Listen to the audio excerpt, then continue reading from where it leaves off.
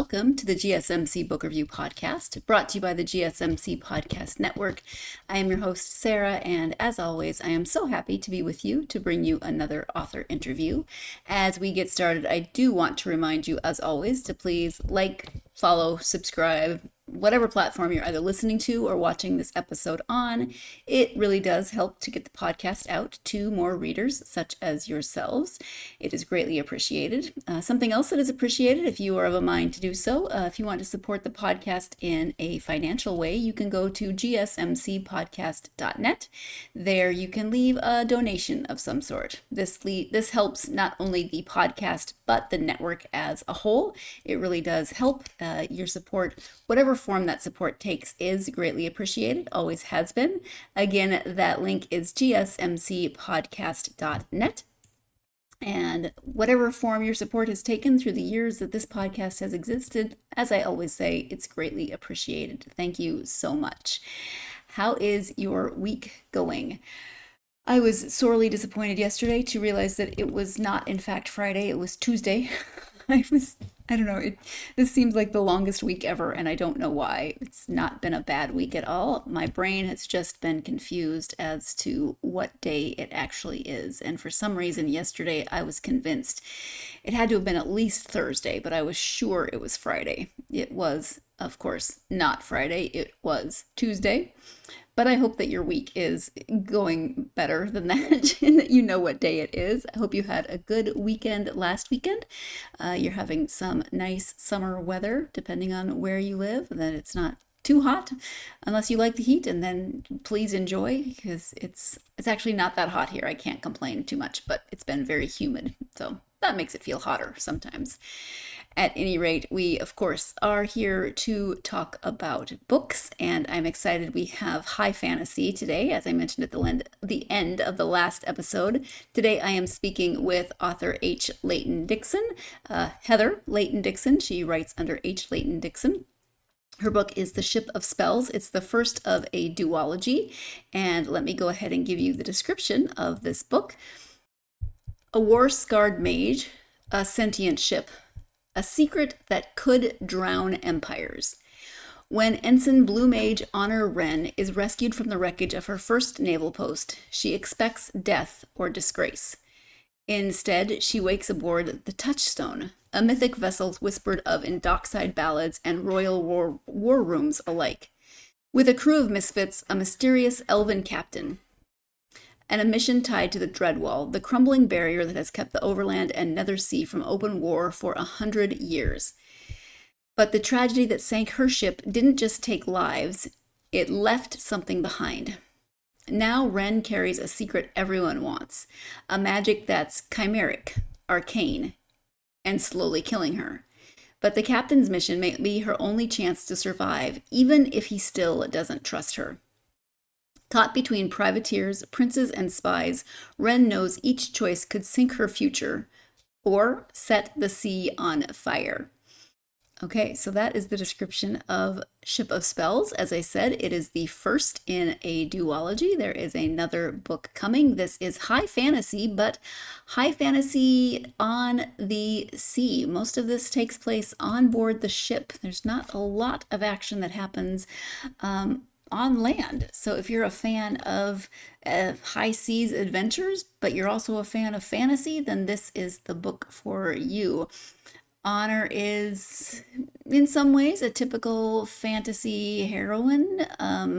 She does have magic at the beginning. She does know that. This isn't one of those books where she is just an ordinary person who suddenly discovers that she has magic. She does have it, but then there's something that happens at the very beginning that enhances that magic, and you heard a little bit about that in the description. But because it's enhancing her magic, it's also, well, she's not sure. Is it going to eventually kill her as it's slowly taking over her body? You can see they work with rune spells, and the rune spells, you can see them on her skin. Starts out on her hands, starts spreading to her body, and she's able to do things that a mage at her level shouldn't be able to do. She knows things she shouldn't know, and now she's on this sentient ship with this Well, she thinks the captain is the enemy because he is. I mean, this is a member of the group that they've been at war with for over 100 years, as again you heard in the description. So she doesn't trust him, he doesn't trust her.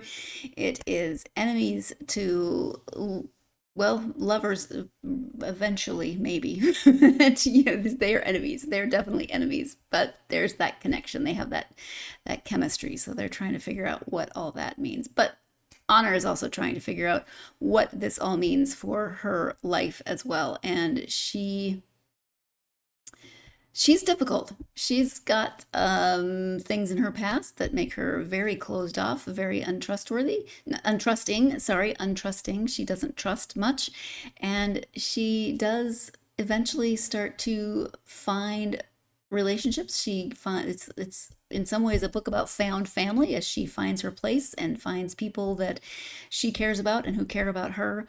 But it is high fantasy. You've got world building. You've got all of those wonderful things that you get in high fantasy. And Heather is going to, of course, talk more about that. So let's let her talk about the book. Again, it is Ship of Spells. The author is H. Leighton Dickson. Hi, Heather. Welcome to the podcast. Thank you for having me. I am happy to have you here. I'm excited to talk about your book. It's the first in this duology. But before we get to the book, if you would take just a moment to introduce yourself, share a little bit about yourself, that would be great. Sure. My pen name is H. Leighton Dickson because my name is Heather and my middle name is Leighton. So there are several Heather Dixons as authors. So I thought, yeah, just to avoid confusion, I would just, lean into my middle name. Yep. So that's me. Call me Heather. I am a zoologist by training, Photoshop artist because my husband's a photographer, just retired now. And so I was his Photoshop girl. Office manager, zoologist when I was living in Scotland, um, and writer now full time. I was writing for magazines and stuff like that, and writing books on the side. Fine artist as well, painter in acrylics. But the Photoshop really comes in handy once I learned Photoshop. It's like, ooh, this is easy, rather than actually picking up a brush. Nice. So I really do enjoy Photoshop art as well.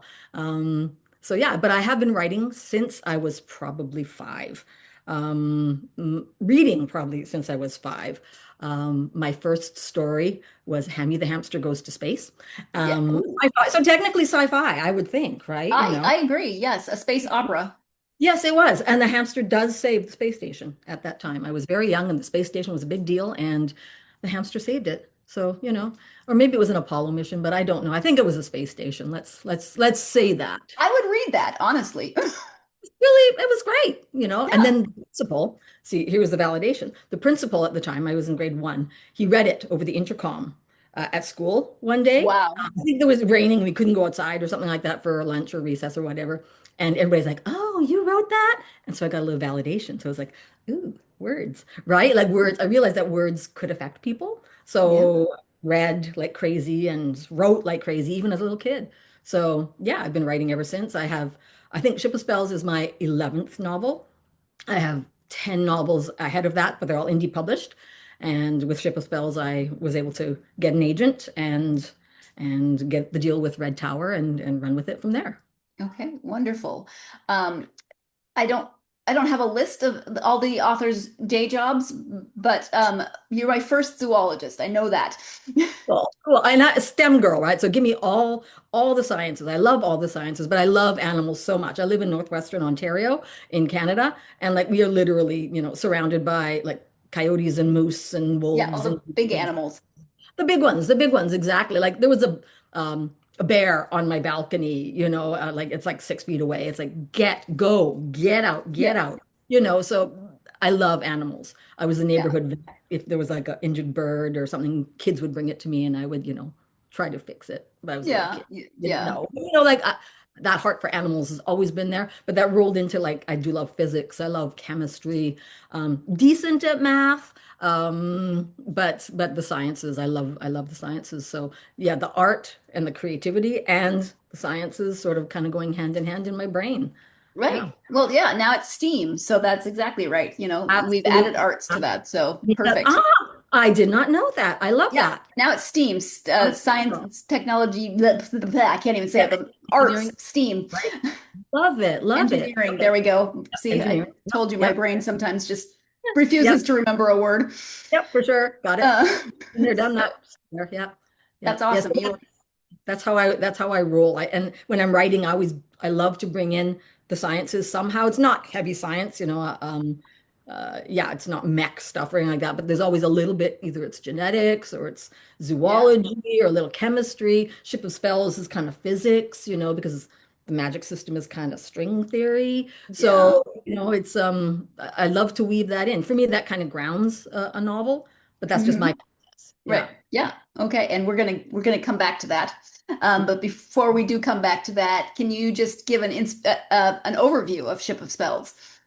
Sure. It is naturally a fantasy. It's based in a fantasy world that is at war and has been at war for hundreds of years, if not longer.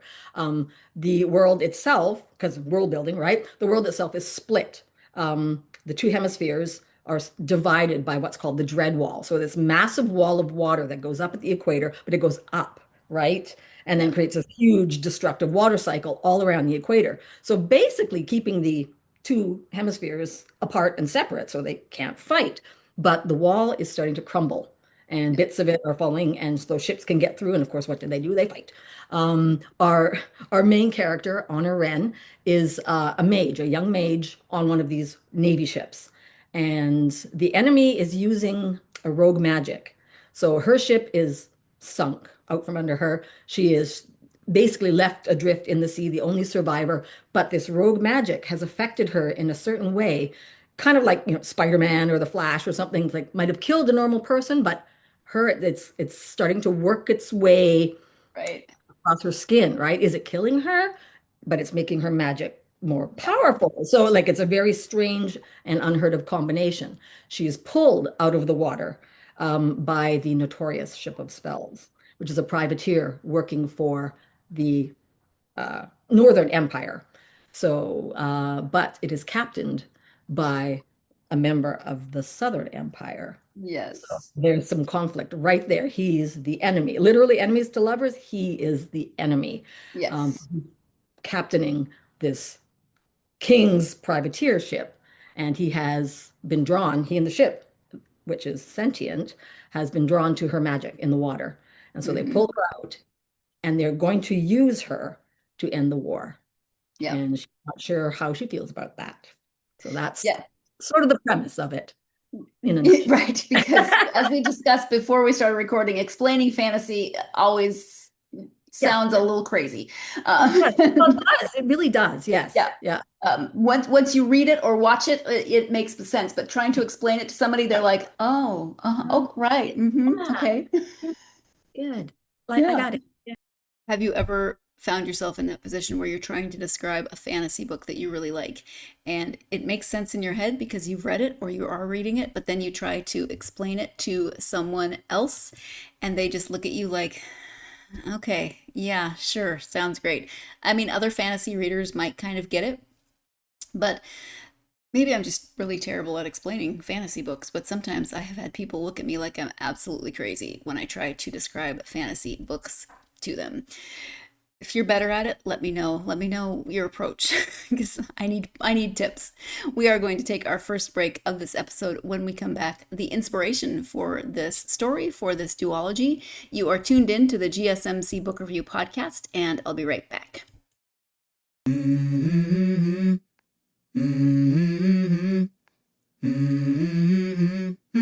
Let's go. I wake up to a little bit of drool on my pillow, feel like it's gonna be a bad day. Yeah, I'm tired of shit, and the coffee ain't hit yet, damn, ain't that great. I don't wanna go to work, cause my boss is a jerk, and I'm not even that paid. I need a change in my life, cause I don't feel alive, and there's nothing that makes me happy. Hold my beer for a minute, I'm about to quit my job, cash in for a ticket. I'm going on a trip and I don't plan to visit. I'm gonna stay there till I feel like I'm winning, and this is just the beginning. I need a big change, help me feel like living. I need a big swing, home runs I'm hitting, and I'll never look back, moving on till I get it all.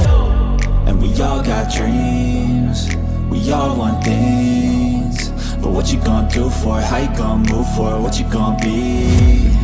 And do you believe you can do anything? Welcome back to the GSMC Book Review Podcast and my conversation with author H. Leighton Dickson. Before the break, Heather was giving a premise, an overview of the book. And as we get into this second segment, this is your second and final reminder that if you would like to donate to the podcast, you can do so by going to gsmcpodcast.net. Again, that helps not only the podcast, but the network as a whole. Thank you so much if you've done so already. Thank you in advance if you plan on doing it. Thank you for all of your support, regardless of what form that support takes. So let's go ahead now and return to the conversation with Heather. What was your initial inspiration for the story? Probably the ship herself. The idea of a sentient ship. I'm a nautical person. I love ships. I've taken sailing lessons. I have friends that have sailboats. Any chance I can get on a tall ship, I'm on it, right? That's a little bit of my ADHD hyperfixation coming through, I guess. But just the whole idea of, you've got Jack Sparrow and the Black Pearl, Captain Kirk and the Enterprise, Captain Nemo and the Nautilus. They love their ships. What if the ships loved them back? And it was like the light bulb moments, like, ooh, And that's been percolating for a long time. I think a long time before I actually sat down and decided to take this idea and run with it. Okay. Do you watch Farscape? I have not, but Okay. I've heard of it. It's like everything. Yeah. You have to watch Farscape. You have to watch. It's on the list. It's Yeah. on the list. One of my husband's favorite shows, and sentient ship. Okay. I can't say that. Yeah, it's hard, right? Yeah, sentient ship. Yeah. So yeah, you should put it on your list. But I mean, they're not quite the same, of course, but there's some similarities. But it's like a spaceship, right? Yes, that one. Yeah. That one's space rather than actual nautical ship. Yeah. No, love Yeah. it. So let's talk a little bit more about Honor as the main character protagonist. Yep. She's a little difficult at the beginning when we first meet her, as many main characters are. But what about her do you think will resonate with readers? Well, I think her inspiration was sort of came from a little bit of Vin from Brandon Sanderson's Mistborn series, kind of like young, I've had lots of trauma, so it's like I'm a little bit shut down. But then I saw Doctor Strange, the Marvel movie Doctor Strange. And he was always my favorite comic book character because, like, as a nerd, I was into comic books. Yeah. And he's one of my favorites, one of my three favorites. And so watching the movie, it's like he is arrogant, he is cheeky, he wants to be the best he can possibly be. He's vain, and he's a bit of an ass. Yeah. Could I write a female character like that? Would that fly? Why can't you see that arrogant, I want to be the best, that ambitious, driven female character? So I really wanted to do that. And then I saw Game of Thrones. And I hadn't read the books, but and then Arya Stark is like, oh, okay, well, she's like that minus the ass part. She's not stupid. And she's not vain, but she's wants to be the best she can possibly be. So I thought, ooh, I can ground this character in her kind of character arc, right? And so Honor is very traumatized. She's had a really rough childhood, basically raised by I don't want to say abusive mother, but a neglectful, harsh mother. Yeah. No dad in the picture, and really had just herself and her own wits to survive. And so the world is dangerous, the world is bad. And so you build those walls. For Honor, it's like the shell. She builds the shell to keep her little heart safe. So she always talks about herself as a crab, right? She's like a crab. It's all soft on the inside, but no, hard on the outside. Right. And so, but the thing with crabs is the only way the crabs grow is actually, as a zoologist coming back, Yeah. their shell has to break and fall off, and they build a new shell.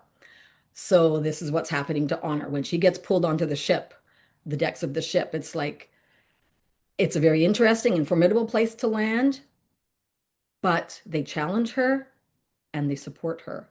And so she wants to lean into this, she can't trust it, but she wants to trust it. So it's that sort of give and take, and she makes mistakes, like she does, right? Because she has lived so, in her own head and in her own mind. And these people can't possibly be good. because they're captained by the enemy. They can't, right?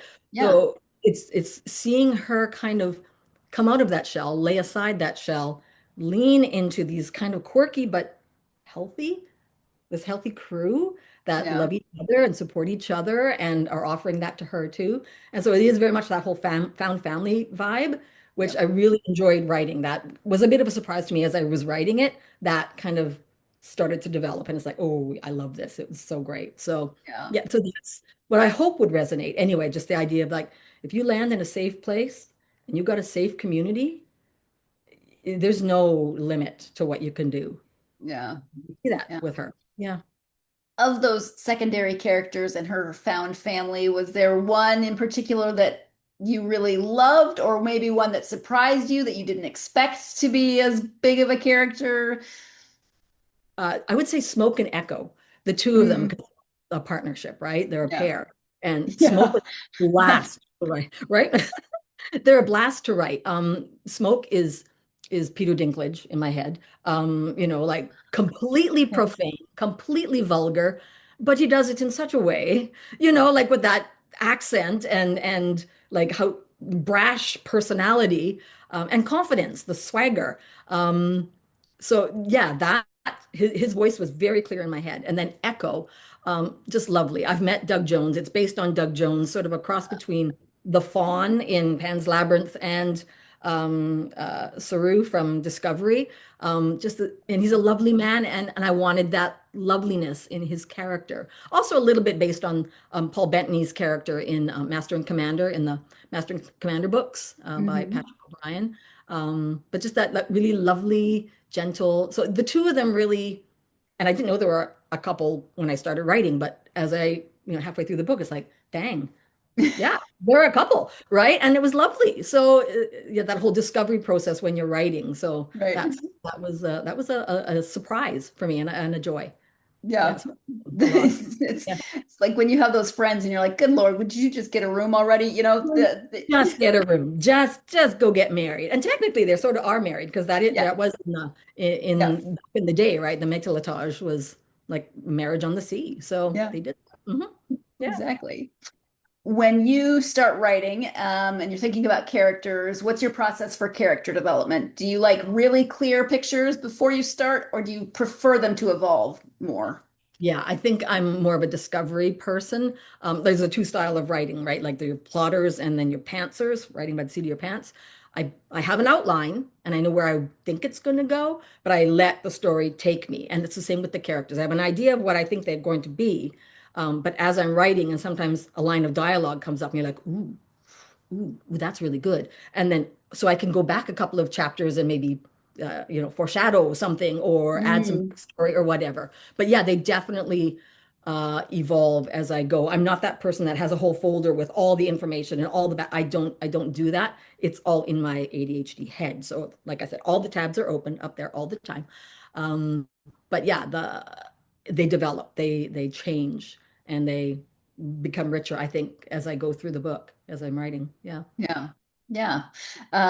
But so whenever I hear people talk about like characters surprising them or maybe changing and evolving, I love it. As a reader, I love it.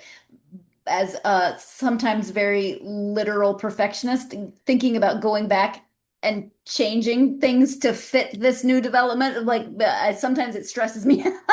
Really, really. And I live for that. I love that. And it is stressful, right? There Yeah. are some authors that will like put up chapters online.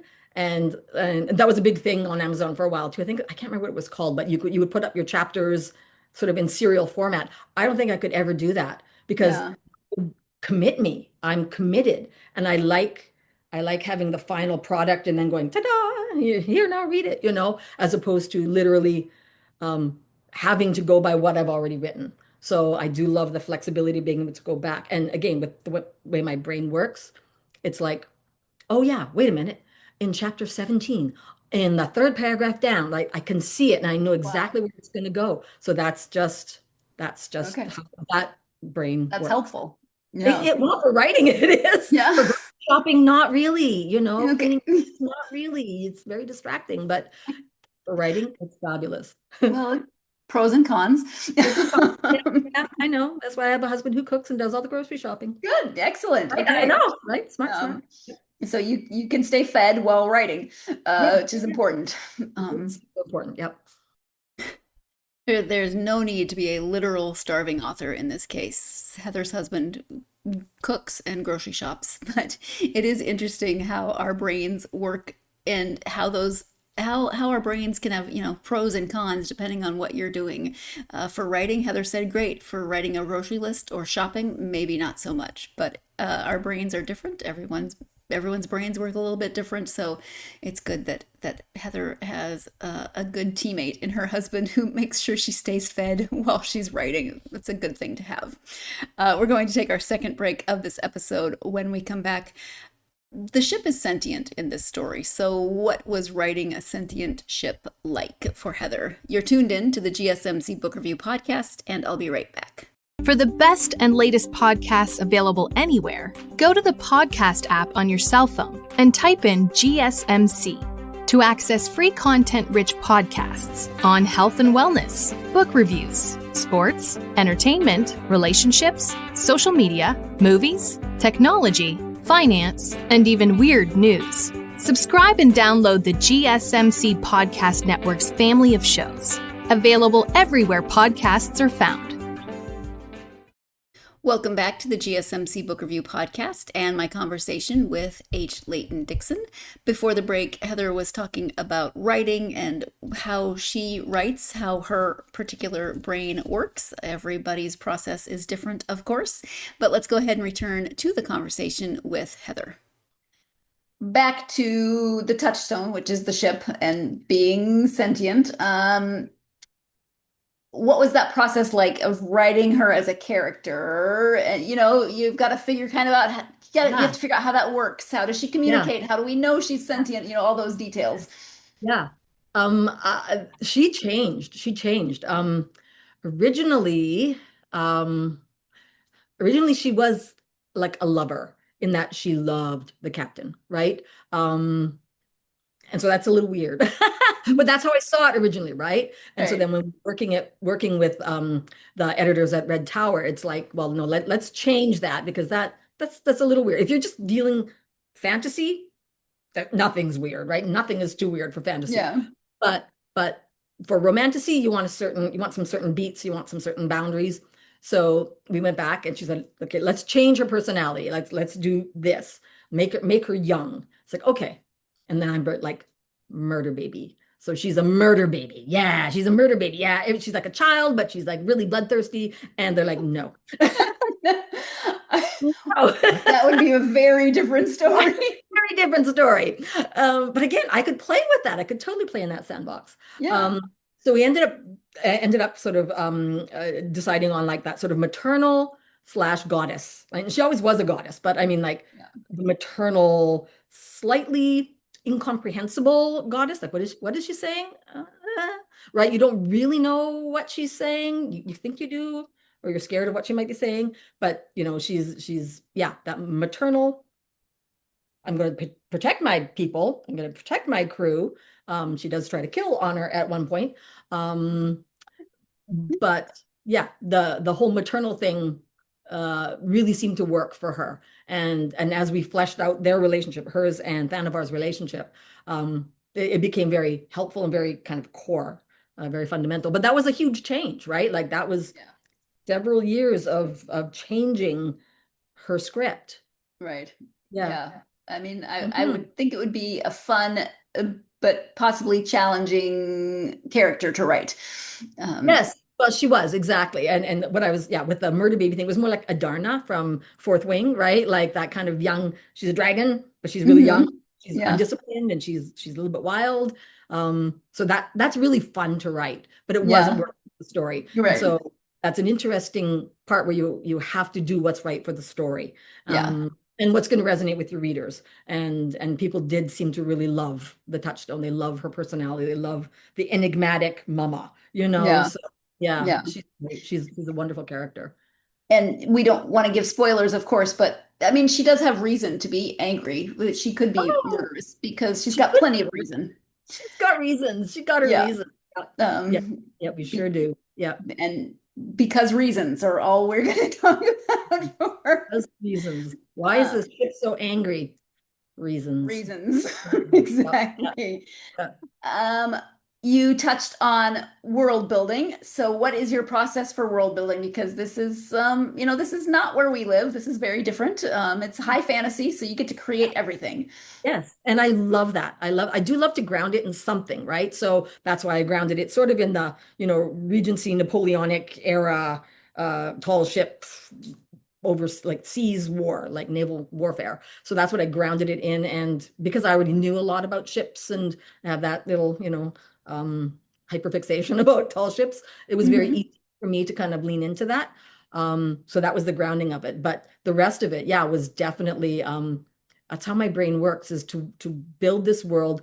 What if, right? That's the whole thing that sparks everything I write, is what if this, what if that, or ooh, what if that? So when I was building this world, what if the world was separated and by a wall of water, but it wasn't raining, it was going up. It's like, ooh, how would that happen? Is that magic? Is that weather cycle? What is that? The fact that this world happens to have three moons creates Right, huge magnetic, can I lean into that? Well, maybe the moons are magic, right? No, then you've right, got the suns, which then in your world building, okay, you've got moons and you've got suns. Maybe we've got religions. Maybe we've got societies that are of built course. on, like overseas kind of worships Forge, the two suns, Forge and Ember. Nethersea worships the three moons, the sister moons. So it's that's all part of world building. It just kind of starts with one thing and then boom, boom, boom, and then what about that? And then what about that? And if that's a religion thing, well, how is that going to affect them socially? And then how, right? If the we Right. are is mostly a seafaring world, what does that look like? Well, of course they're going to be really good on the sea because they don't really have much land. So, but that's not really revealed, sorry, until book 2. Spoiler. But so like the world building for me is very sort of yeah, dominoes. It just boom, boom, boom, boom. Oh, then what about that? And then what about that? And then what about that? And it just works. And again, if it's like, ooh, that's great, I'll go back to chapter 7 and add that in or build that in, change a conversation to reflect that. So that's how it works for me. Again, very organic, but sequential, but then I can time travel and go back. Right. Yeah. And magic is fun because you can fudge the science a little bit. So talk about the magic system and how that Yes. evolved. I don't think, trying to think about like all my other books, I don't think I've really used magic in my other books. I have 2 dragon books written as autobiographies, right? Because I'm a zoologist. Like, what would a Hmm. dragon actually think? How would it, so they're Oh, autobiographical. They're not okay, magical nice. dragons, right? They're apex predators. They're sentient, but they can't talk. They're not psychic. They can't talk. So I with Ship of Spells, it's all about magic. But it was kind of a soft magic system. It was a little bit Tolkien-esque, right? Hmm. So I signed with my agent, and then the first round of edits was, okay, so we need to nail down this magic system. And I'm like, why? No, we don't. But I No, we don't really want don't. to. Really? Do we have to? And we spend a lot of time. We spent a lot of time nailing down this magic system. But then again, throw me a challenge and I'll lean into it. And for me, what is magic? Magic is music. I love music. I Okay. can't play. I can't play a thing. But when somebody can sit down and play something, that's magic. You Hmm. can learn it, or you can be naturally gifted. But if you're Hmm. naturally gifted and you learn it, oh my goodness, like the things you can create. Yeah. So, but so that was my initial inspiration for the magic system, was okay, let's lean into music. Let's lean into, because with music it's always about the hands or the mouth, right? You're either playing the piano, you're playing a woodwind, you're playing a guitar. It's always something to do with hands and fingers and mouth. Right. So that works with magic, right? You're always casting spells and saying incants and stuff like that. But then my STEM brain, or steam brain, which I like now, um, the vibrations is what causes music, right? It causes Yeah. sound, but that's also very reminiscent for me of string theory. And so it's like, is everything connected by string? Well, string is what they're called, but that's not really what they are. But Right. but that worked for me. That's kind of really connected for me because a lot of musical instruments are played with strings, right? So Hmm. So we've got string theory and music that work together. You breathe the incant, which summons the runes, and then you cast the spell, which you're drawing or plucking the strings of the world rune, and that creates the magic. There's going to be a resonance or a consequence that happens later on. With music, it's sound, but in this world, it's a spell or magic or a consequence that you Right. chose from somewhere else. Yeah. So that's how that worked. And it really does, it really kind of fits. It was interesting because I got an email from a reader. I'm not sure he's Wiccan, but he says that he's a magic user. And he asked me if I was a magic user. And I'm like, well, no, I'm just a magic writer. And he said, this was the most realistic magic system I've ever read. I'm like, Wow. cool, right? Interesting. Cool. Yeah. Really, So really Steam cool. works for even for this. Even for Who this knew? magic, maybe we can make magic. Who knows? Yeah. Wow. So see, it really is amazing how many different ways and in different areas you can apply STEAM. I mean, it's wonderful. And what an interesting compliment to receive about your magic system. I would have been equal parts, I think, honored and maybe befuddled. I would have thought, huh. I mean, you know, if that's not something that you have experience in, if you've never studied Wicca, which I have not. I don't know a lot about it, but that seems like a very genuine and heartfelt compliment, which I always appreciate. So what an interesting compliment. It's got to be fun to get those compliments that you are absolutely not expecting. Well, most compliments are fun, but the unexpected ones, really fun. We are going to take our next break of this episode. When we come back, we talked about the magic system. What about the language? There is other language involved in this story. So what is it like to write another language? You're tuned in to the GSMC Book Review Podcast, and I'll be right back.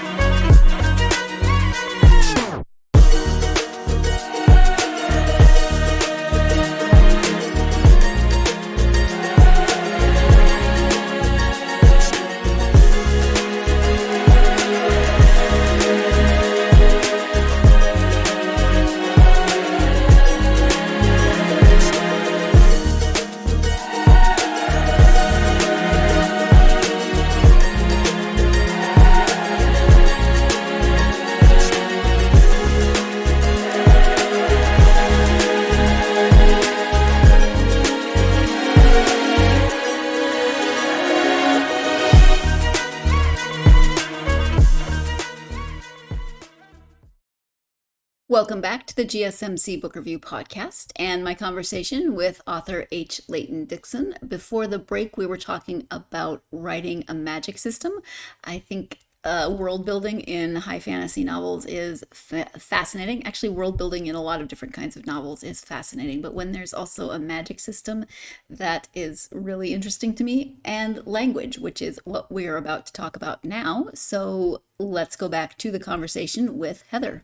And then one other thing, so world building, magic, also language. So talk about creating a language for... Yes. I remember I had to, Justice Bolding is the narrator for the audiobook, and I had to record all the words. And I'm reading them, and I'm like, I'm sorry. I'm so sorry. This is It reminds me of Welsh. When I look at it, I'm like, oh my God, is it Welsh or would you... It's Welsh and Italian, right? Because I mean, like, Lord of the Rings is very Welsh based, right? Their language is the Elven language is very Welsh based. The Riar are very Elven. It's very much like Lord of the Rings, but if the elves are the bad guys. Yeah. Right. So it's like, and they're so cool, but if they're the bad guys, everybody else is just like the grunts, right? The hobbits and the men and the dwarves and some wizards, but those really cool ones, but they're the bad guys. Yeah. But also, I have background in Italian, so that just kind of rolls out there too. So the classic spell language is a little more Latin slash Italian sounding. And then the Riar language is very, very Welsh Yeah. based, just changing a few things and getting that really cool, the lots of the L's and the R's and the THs, very musical, Yeah. I think. Yeah. Yeah. Yeah. But it starts to make sense after a while. And you're like, oh, yeah, well, that word means that. I just made that up, but it means Right, right. that, Yeah. Okay, good, good. I'm glad you caught that. right? Yes, it does. Absolutely. Yeah. It does. Uh-huh. Uh-huh. Yeah. When I read, it's easy to just I see it and I can my brain kind of just sort of floats Yeah. over it, right? But then you said audiobook narrator and I thought, "Oh, wow." I know. I know. And like I had to say them and I can say them all because it makes sense in my brain, but sometimes putting them together really fast, it Right, just tongue trips over them and I'm like, I'm so sorry I did this right. to you. Just do And something, it's okay. you I'm can't not just about that. You could just, speak yeah. them because they have to have intonation and sound as though you're Yeah. actually speaking a language. And Yes, yeah, exactly. It has to sound legit. Whether right, it does or not doesn't, it's moot, right? But if it yeah, sounds legit and you make it sound cool, I'm good with that. right. Yeah. Yeah. Um, Yeah. Interesting. I But know. okay, we But have I would never have thought of, right? Oh, yeah, yeah. I mean, before audiobooks, you could write probably whatever kind of language you wanted and not never really think about it. Because yes, people read out loud, but you didn't have to worry about them. did not. You would never Exactly. meet them. Nope. Nope. I think I've gotten part of this answer as we've talked, but what draws you to writing fantasy, especially high fantasy? I think an overactive imagination. Yeah, I read everything when I was growing up. I was very much in my own head. Eldest daughter, um, eldest granddaughter, like all of that, taking care of kids and everything like that. But when I would be on my own, it would be very much in my own head. And I would create worlds in my own head. And I read and I wrote, spent a lot of time outside just daydreaming. So yeah, when I was, I think probably later elementary school, I started reading like some of the classics like H.G. Wells and Jules Verne, and that just bing, it just opened things in my brain. And I was just so drawn to that. I can read other genres. But it is definitely fantasy. I struggle a little bit with sci-fi because I really need the world building to be solid when it comes to sci-fi because I need to see it Hmm. sort of cinematic in my head. And if it's not, if it's implied, I'm like, what? How did that happen? Same thing with dystopian. It's a little bit what? I need to see the world. And I think most fantasy writers really do work on their world building. That's a skill that you kind of have to have if you're a fantasy writer. So. Um, yeah, if I can see the world and if I can immerse myself in it, I'm gone. So that's what really draws me. I'd not read Romantasy until I signed with Red Tower. Mm. And now I have to say it's my favorite genre. Yeah, yeah. Absolutely. And Yeah. it's a good mashup. I love words that just get smushed together. They Um, and it's two whole genres that got smushed together with yeah, romance, right? The beats are yeah, so different, everything is so different, the tropes are different, but when it works, it works. yeah. So I would think Ship of Spells is more fantasy with a romance. But Ship of Spells 2 will be romantasy. There will be definitely much more of the romance side of things because that becomes very important in the Right. second book. I've learned. I have read a lot. I have learned. Which So is yeah. an excellent segue. Nicely done. Thank you for doing my job for me. What can you say about the second book? Oh, okay. We do go to the Nethersea. That's the thing. We get to see some of the culture and some of the politics, the strange sea creatures, the people. We get to learn a bit about Nethersea, which is really cool. I wanted to do that sort of juxtaposition. We spent the whole time in the first book in Oversea. Now we're going to spend some time in Nethersea, and just to see what their culture is like. It's a dual POV. So Oh, we do get Thanavar's point of view on like half of the chapters, and that was lovely. That was lovely to write. It was really, really, he's a really interesting character. Yeah, a yeah. little heartbreaking, right? He's kind of a heartbreaking character. And why is he in love with her? Why? Well, we kind of find, right? Like, what is it about her, her Yeah. little hard crab-shelled person? What does that, why? Right? And it's quite lovely. And the trauma that he's gone through. So that was really that was a gift. That was a gift to write. I thought I'd wanted to do that, but I had a lot of readers saying that's what I missed. I wanted to find out what he was thinking. Like, I can do that. I can do that. Yeah. Well, yeah, so that will be really interesting, I think. Yeah. And again, no spoilers, but it does end in a way that without that dual point of view, we're going to miss Yes. a lot potentially. Exactly. And it's important. It's important Yeah. what happens in that interim between, Right. you'll find out, but I Right. mean, it's important to know. It can't just be, oh, and by the way, I did this. Oh, cool. Right. You know, Yeah. like, and really, we've done a lot of journeying with Honor, right? We've seen her character arc, and she's not done, but I mean, she No, made right. a huge change, right? Yeah. Let's see him. Let's see his character arc. So it's a little bit more Thanavar focused. Yeah. Still, again, half and half, but we get to see a little bit of his emotional journey, and I think that was really cool, really rewarding. Mhm. Yeah. Yeah. So what are you working on currently? That book. Okay. I've Figured. got Yep. 3 chapters left, because I got to get it right. I got to land it, I got to land this bird right. And I know where it's going, but when sometimes you get a little, whoop, I'm following that, and then you kind of, I'll let my editors edit it down because it's big. But so that's what I'm working on. And then I want to do one more dragon book. I've got the 2 dragon books, and I had planned for 3. So one more dragon book once that's done, Dragon of Salt and Bone.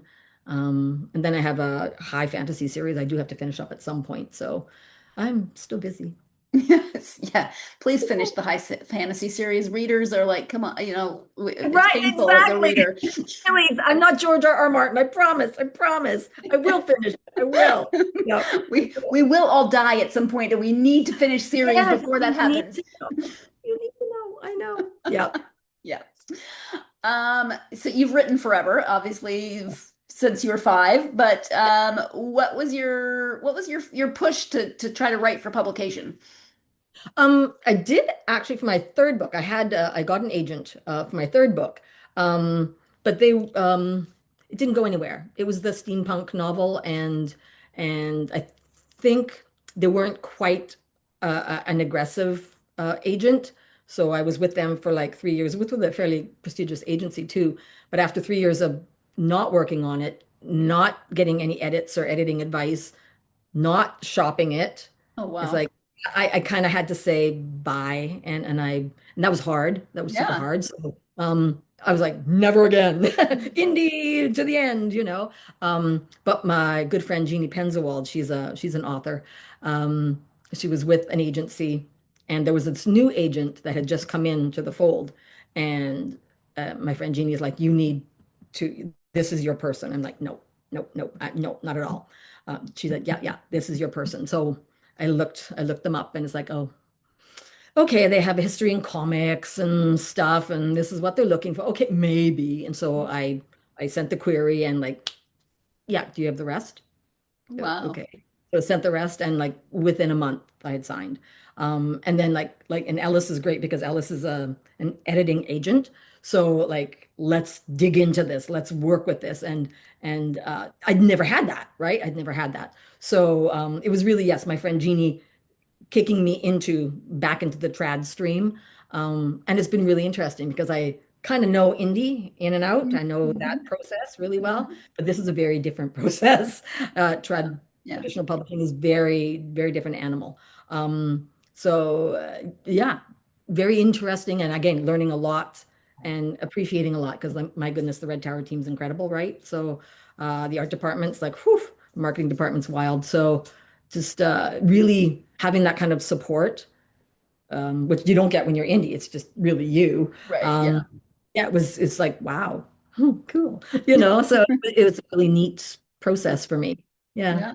Every author's experience with publication and publishing is different. So some people go hybrid. Some people go strictly indie, some people go strictly traditional. I find it interesting that Heather has done both indie and traditional, so she has experience now of both.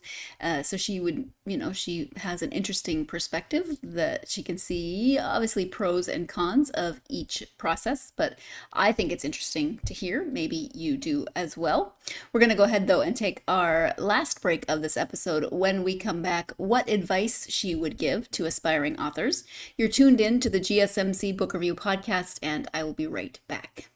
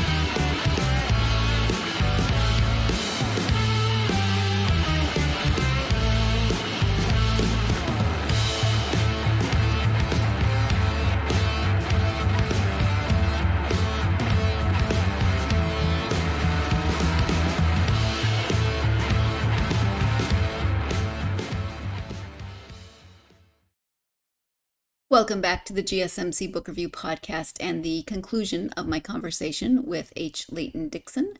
Before the break, Heather was talking about her path to publication and actually the different paths she has taken in terms of publication.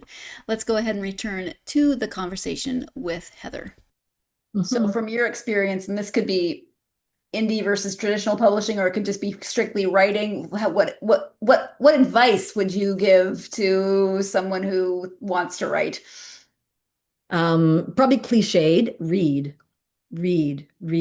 It's like you want to be a contractor, you want to be a house builder, but you don't actually like building houses. Like you need to read. So many people talk to me and they're gamers. Or they want to kind of do a movie, but they think writing a novel is a shortcut, and it's like, no, it's completely different animal. Absolutely, it's very different. Versus script versus novel forms, short story versus novel forms are all so different. You need to learn the foundations. So read. If you want to be a novelist, read novels. If you want to be a game writer, read stories from game writers, like play games and learn the beats and the tropes and the rhythm of that, because they all have very different rhythms. Yeah. They all have different elements that go into them. Movies, you write a script that's so different than writing a novel. Yeah. So if it's a novel that you want to write, you need to be reading novels. And then secondly, write everything you can. Write fan fiction. My Cold Stone and Ivy was a fan fiction that I wrote that won an award, and I changed it, and that's very popular right now. That's happening right now, right? So, write and put it out there, because like for me, that fan fiction community, they really validated my writing skills, and they made me feel like I could maybe do this. Maybe I could do this, right? So it's not like you just give it to your mom and your mom's go, "Oh, you're so fabulous." Like really, you kind of need unbiased but you need to be writing. NaNoWriMo is not really a thing right now, but do it anyway. Take November and put your guts out. Write articles, write content, write journal, just write, because then you get the flow and the rhythm of the words, and then read it out loud. Because again, you get the flow and rhythm of the words. It's very musical, it's very lyrical. Unless you're like a murder mystery, then it could be like really chopped up. But, but for me, fantasy, it's very lyrical. Oh, so, a lyrical murder mystery. Now I'm intrigued. I'm sure they exist, but I'm sure that's really cool. But yeah, so read what you want to write, and then write it. But definitely just write it. That sounds cliched, but it's really the best advice that I can give. Yeah. Thank you. And so reading, what favorite authors? What are your go-to when you're just reading for you? I have three favorite authors currently. Guy Gabriel Kay, classic Canadian historical speculative fiction. Um, I've been reading him since the 90s, I think. Um, More recently, May Corland. She's also a Red Tower writer, Five Broken Blades series, and then Verity Guild. I love her style. I love how she writes. And then like Slay Goddess Queen, I'm gonna say Holly Black. The Folk of the Air, Mhm. Prince, all of that. Just the way she writes is ethereal, right? It's she very spare with her words, but each word is beautiful. Each word is thought out and it makes you feel something each word. So I'm just impressed with how she writes. So right now those three, it could change, but Of right course, now, of course. right? Yeah, Who's this person? Oh, I'm going to read that person now. So yeah. yeah, yeah, very Um, for sure. I agree. I know you have a website, so if people want to know more about you and your books, website, and any social media you're active on. Yeah. Website would be hleightondickson.com. The fantastical worlds of H. Leighton Dickson. And then I'm on really Instagram for books. I'm quite enjoying Instagram. I'm trying to post fairly regularly, being nice and disciplined. I'm on Threads, but that's really more for me and my political leanings. Yeah, I like oh, this is where I get my news. This is where, oh my goodness, this right. is happening in the world. So Yeah. that's kind of like, oh my, that's Facebook is more like for friends, and then Facebook kind of I have my author site on Facebook that gets like auto linked. So if I post something on Instagram, it goes to Right. my Facebook. Yeah. Some people are on Facebook and they're not on Instagram. They'll get everything anyway. Yeah. So yeah, it's basically those three. Yeah, there's lots. There's lots. I've tried Blue Sky. I've tried. There's a Canadian one called A. There's other one, right? Isn't that cute?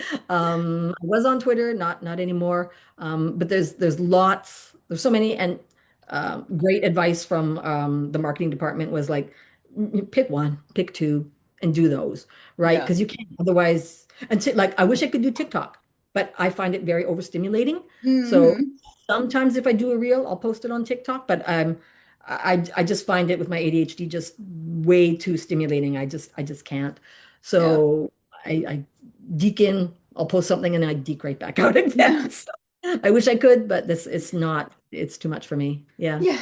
And it's easy to go, I'll just go on for 5 minutes. And then 3 hours later, you're like, Ah, well, okay, that was my what Wednesday night. happened? Right. Yes. Yes. Yeah. Yep. Yeah. Exactly. So. Oh. Um, is there anything that we have not talked about that you wanted to make sure you highlighted during this time? Not really. It's just if one thing that I found interesting. Okay, so maybe there is one thing. Ship of Spells, guys like it too, because it's more of a traditional fantasy. So I always often say, like, if you want to introduce your male partner to romantasy, this is a great segue, like it draws them in. I've got a lot of dude fans. So, and they like the romance, but they like the world building. They like the ships. They like the Right. characters. They like all the action and the drama. So, but it does blend some of that. So that, that's a really great, I think it's a great couples read. Just Yeah. want to say that. Especially book two when you get both points of view. That'll be great. Yeah. That, see, clever Yeah. girl. Okay. Yeah. Well, thank you so much. I really appreciate you taking the time to talk to me about the book and writing and everything else that we covered. I really appreciate it. Thank you for inviting me. I really enjoyed it. Thank you again to Heather for joining me to talk about Ship of Spells, the writing of it, etc. I'm looking forward to the next book in this duology. I have read a lot of fantasy. I've read a lot of high fantasy. I like that this was high fantasy, but set on a ship. In this case, a sentient ship. I haven't experienced a lot of high fantasy, especially where most of it is on a ship. Maybe some of it is on a ship as they're journeying somewhere, but this is kind of like, pirates meets fantasy. There's some different different elements in this book. So if you're a fan of high fantasy, if you're a fan of high seas adventures, these are both excellent reasons to check out Ship of Spells. Maybe you're a fan of Farscape and the sentient ship involved there, and you want to switch from sci-fi to fantasy. Maybe that's a reason that you want to check out this book. I really enjoyed the world building and the characters. I love that found family element of it as Honor. Honor was a little bit difficult for me in the beginning just because she's so shut off and she's so angry about a lot of things. She has reason to be. You will find out those reasons as you read, but she's not always, for me, very likable. But even though she sometimes made me want to reach through the page and flick her because she was being closed off, annoying, whatever it was that was driving me a little bit crazy, I wanted to stick with her because I knew she was going to have a character arc. So sometimes your main characters, your protagonists, have to start out at that place where they can then have their character arc, and you know it's coming. And she was one that I wanted to stick with. I've met characters that I knew would have a character arc, or I hoped would have a character arc, and I was like, I don't care. You do not make me want to stick with you. But Honor, even when I wanted to flick her, made me want to stick with her and go with her on that character arc, find out how she was going to get there, what was going to happen with her magic. What was Heather going to do? Was that this magic was potentially killing her? How are we going to work around that? Why is the ship sentient? What is going on with these two warring worlds? And why is this ship being captained by the enemy, where it's got the letter of marque from the king, but they're not really fully. I mean, there's questions. I wanted to stick with it and find out the questions. So if you like a book that you have to follow along and journey along with the characters, plus high fantasy, plus high seas adventure, then definitely check out this book. And any of Heather's other books as well, if any of those sound interesting to you. She gave you social media and websites, so you can go look and see what else she has done, what else looks interesting to you. So thank you, of course, to Heather. Thank you, as always, to you for joining me for this episode. I hope that you will join me for my next episode. We are sticking with kind of fantasy, or at least paranormal. We are going dark romantasy, though. So it is fantasy, but it's romantasy this time, and it is dark. Kate Ballinger is returning to the podcast. She was here to talk about the first in this trilogy and Original Sinner, and now she is here to talk about the third, the conclusion of this trilogy, which is Beautiful Redeemer. So definitely join me for that conversation with Kate. She's always fun to talk to, and if you are a fan of dark romantasy, or maybe you've read this series and you want to hear what Kate has to say about it, or maybe you're intrigued by this series and you want to hear what Kate has to say about it, then join me for that episode. In the meantime, of course, if you have made it this far and you are a fan of this podcast, please do like, follow, and subscribe on whatever platform you're either listening to or watching the episode on. Helps the algorithm, blah, blah, blah, etc., etc. Gets the podcast out to more readers such as yourselves. Something else that helps that algorithm and the blah, blahs and the etceteras is to leave a positive review. Thank you so much if you've already done it. Please do so if you haven't already. I really, really appreciate it. I hate leaving reviews. I think I overthink them all the time, but I know that they help. And so do the same thing for your favorite books and your favorite authors also. It's greatly appreciated by all of us. We appease the algorithm gods, so thank you for that. You can follow the podcast on social media: Facebook, X, Instagram, TikTok, Blue Sky, and Threads. All the links are in the description of the episode, or you can just type in GSMC Book Review and you will find the podcast. Of course, by extension, you get me, so ask me any questions that you have about books or authors, or tell me what you're reading. I love hearing from you. So please do find the podcast and ask me all of your nosy questions. So I'm not the only one asking nosy questions. Thanks for joining me. I hope you're having a great week. I hope you have good plans coming up for the rest of your week and maybe your weekend. Whatever you've got going on, though, my hope for you is the same as it is at the end of every episode, and that's that you have plenty of time to get yourself lost in a good book. Thanks so much, and I will see you next time.